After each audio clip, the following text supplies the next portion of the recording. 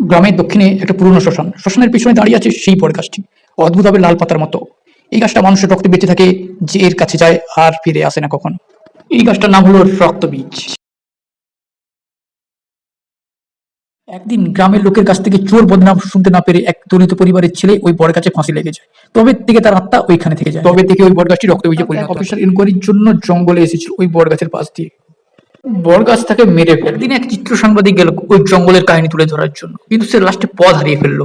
পথ হারিয়ে ফেলার পর তার দিদিকে কল করলো। দিদি, আমি গভীর জঙ্গলে পথ হারিয়ে ফেলেছি, তুমি একটু আসলে ভালো হতো। ছুটে এলো ওই জঙ্গলে, কিন্তু হঠাৎ ওই বট গাছের কাছে ওই গাড়িটা বন্ধ হয়ে গেল। ওই বট গাছের কাছ থেকে ছুটে ওই বট গাছের চেরগুলো ওই গলায় জড়িয়ে পেঁচিয়ে ধরল।